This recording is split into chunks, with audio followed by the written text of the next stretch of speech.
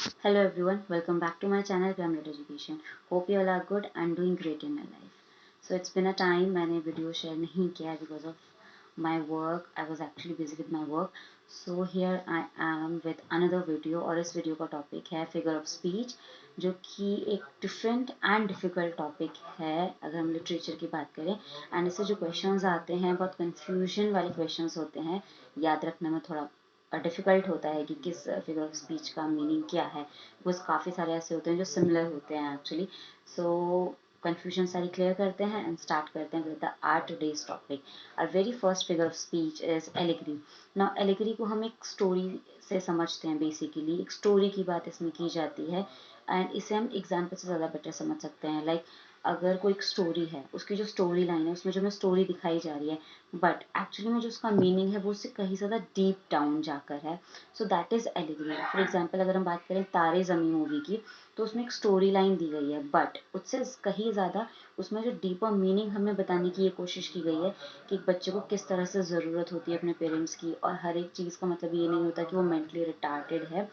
कुछ ऐसी प्रॉब्लम्स होती हैं जो हमें समझ नहीं आती हैं ये एक डीप डाउन मीनिंग था जो हम इस मूवी से समझ सकते हैं इस तरह की स्टोरीज जो होती हैं वो हमें एलेगरी का एग्जाम्पल प्रोवाइड करती हैं Now, a story, play, picture, etc., in which each character or event is a symbol representing an idea or a quality such as truth, evil, death, etc. Now basically इसमें हर एक event या हर एक character जो है वो एक quality एक idea share कर रहा है लाइक तारे ज़मीं मूवी की अगर हम बात करें उसमें आमिर खान का जो कैरेक्टर है वो एक अलग आइडिया प्रेजेंट कर रहा है एक अलग थॉट प्रोसेस लेकर आया है पूरी मूवी में ओके और शेक्सपियर का एक प्ले है द टेम्पेस्ट जो कि इसका बहुत अच्छा एग्जाम्पल है नेक्स्ट बात करें हम alliteration which is very commonly known ये हमें स्कूल बुक्स में जो हमारी स्कूल टेक्स्ट बुक्स होती हैं उसमें भी हमें देखने को मिल जाता है बहुत ही कॉमन है बहुत ईजी भी है now this is a repetition of the same और सिमिलर साउंड एट और near the beginning of each word in a series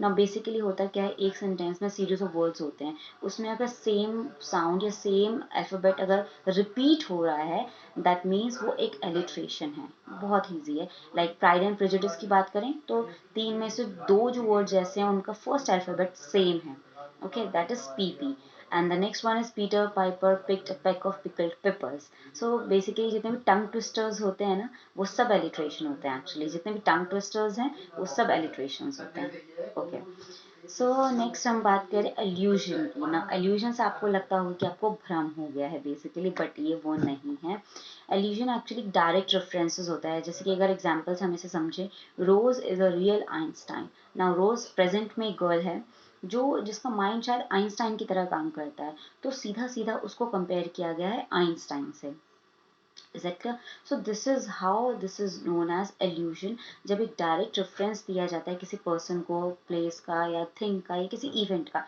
direct reference होता है that is known as illusion next we have antithesis ना antithesis से ही समझ आएगा कि कुछ ना कुछ एंटी है okay which means opposite basic opposite when two opposite subjects are introduced together for contrasting effect जब दो opposite subjects को एक साथ introduce किया जा रहा है दो अलग contrast effect दिखाने के लिए for example that one small step for a man one giant leap for mankind ना यहाँ पे जो small step है वो बिल्कुल एंटीथीसिस है जायंट लीप का small step and giant leap and a man एक सिंगल मैन एंड दूसरी साइड पूरा मैन काइंड है पूरे पूरे दुनिया के लोगों की बात हो रही है और नेक्स्ट एग्जांपल में अगर हम देखें तो marriage has many pains like marriage शादी और दूसरी साइड क्या है सेलिबेसी हैज नो प्लेजर्स यहाँ शादी है यहाँ सेलिबेसी मतलब कुआरे जो होते हैं नाउ पेन्स दर्द एंड प्लेजर्स मतलब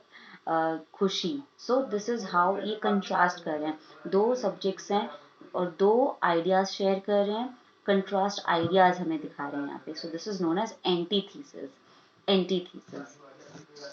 next we have anaphora now anaphora is very simple बस हमें याद रखना होता है एक्चुअली इतने सारे होते हैं कि कंफ्यूजन हो ही जाता है हमें बस याद रखने की जरूरत है Now, when a word or phrase repeated at the beginning of a clause or sentence, जब same word या same phrase हर बार repeat हो रहा हो, for example, every single day you let me down, every single day you make me mad, Now every single day you do such silly things. Now यहाँ पे आप देखिए हर एक sentence में every single एक फ्रेज है जो रिपीट हो रहा है. So this is known as anaphora.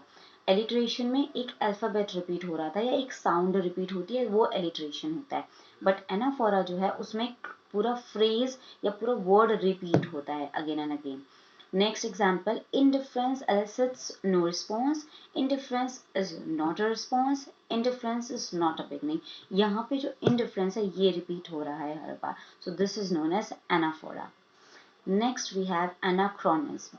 ना यहाँ पे सिंपल ये है समझने वाला कि जो एनाक्रोनिज्म है, क्रोनिज्म जो होता है या क्रोनो जो होता है वर्ड, वो हमेशा टाइम रिलेटेड होता है. ये आपको याद रखना है, हमेशा टाइम रिलेटेड होता है. So when author deliberately puts historical events, fashion, technology etcetera in the wrong time period. जब जो ऑथर है कोई भी ऐसी चीज, कोई भी ऐसा एलिमेंट रख दे ऐसे टाइम पीरियड में जब वो एग्जिस्ट ही नहीं करती थी, that is known as anachronism. For instance if a novel set in medieval England, अगर हम एक नॉवल को एक मिडीवियल इंग्लैंड में सेट करें, सो वो एक गलत हो जाएगा. क्यों गलत हो जाएगा? क्योंकि उस टाइम पे नॉवल जो है वो एग्जिस्टेंस में नहीं आई थी. जैसे कि Shakespeare rights of a clock and Julius Caesar. अब जूलियस सीजर जो प्ले है शेक्सपियर का, उसमें शेक्सपियर ने क्लॉक का वहाँ पे पुट किया है, उस वर्ड को, क्लॉक को वहाँ पे शो किया है, विच मीन्स वो एनाक्रोनिज्म है. क्यों? क्योंकि जूलियस सीजर के टाइम पे कोई क्लॉक जैसी तो कोई चीज थी ही नहीं, राइट. सो ये एक एनाक्रोनिज्म हो जाता है. Next we have antagonist. ना एंटागनिस्ट तो सबको पता है ऑपोजिट ऑफ प्रोटैगनिस्ट. प्रोटैगनिस्ट होता है हमारा हीरो, एंटागनिस्ट होता है हमारा विलन जो मेन कैरेक्टर के ऑपोजिट होता है, जैसे कि लॉर्ड वेल्डेमॉर्ट होता है इन हैरी पॉटर, और जो लिखा है जेके रॉलिंग्स ने.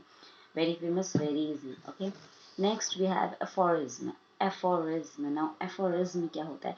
अगर आप इसे थोड़ा स्टाइल से बोलेंगे और थोड़ा सा इसको रिपीट करेंगे अगेन एंड अगेन, सो आपको इंटरेस्टिंग भी लगेगा और आपको याद भी हो जाएगा जल्दी. अब बात करें एफोरिज्म की. A short witty statement which expresses a general truth और कमेंट. Very easy. एक ऐसा शॉर्ट स्टेटमेंट या ऐसा जनरल ट्रुथ जो हमें बताता है, विच मीन्स एक ऐसा शॉर्ट स्टेटमेंट जो हमें एक जनरल ट्रुथ लाइफ के बता रहा है या हमें कोई कमेंट बता रहा है, मतलब बेसिकली हमारी लाइफ की कोई सच्चाई हमारे सामने ला के रख रहा है, दैट इज एफोरिज्म. इट्स रफली सिमिलर टू सेइंग. जो हम बोलते हैं ना, इट्स अ सेइंग, एक ऐसा कहावत है. कहावत हमेशा रियल लाइफ से इंस्पायर होती हैं, ये सब जानते हैं. For example, a bad company always turns up. एक जो बैड कंपनी होती है वो हमेशा टर्न अप करती है कहीं ना कहीं जाके.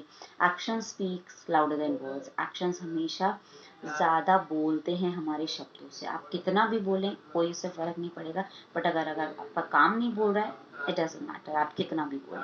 सो this is aphorism. Aphorism. Next we have archaism. Archaism which is ancient. Archaism का मतलब ही होता है एंशियंट. अ वर्ड और expression that is no longer use with original meaning. ऐसे वर्ड्स या ऐसे एक्सप्रेशन जो अभी के टाइम पे यूज नहीं हो रहे हैं, जो प्रेजेंट टाइम पे यूज नहीं होते हैं. फॉर एग्जाम्पल, दी, दाउ ऐसे वर्ड्स थे जो हमारे नॉवेल्स में लिखे हुए हैं, जो ऑथर यूज करते थे, जो अब प्रेजेंट टाइम पे यूज नहीं होते हैं.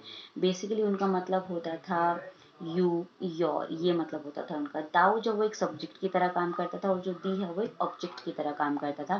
जैसे अगर हम स्टेटमेंट देखें, टू दाइन own self be true. Shakespeare के प्लेज में आपको ये वर्ड्स बहुत देखने को मिल जाएंगे जिनका यूज आज के टाइम पे नहीं होता है. Okay. Next we have assonance. Assonance. ना एजोनेंस और एलिट्रेशन काइंड ऑफ सेम है, बट छोटा सा डिफरेंस है.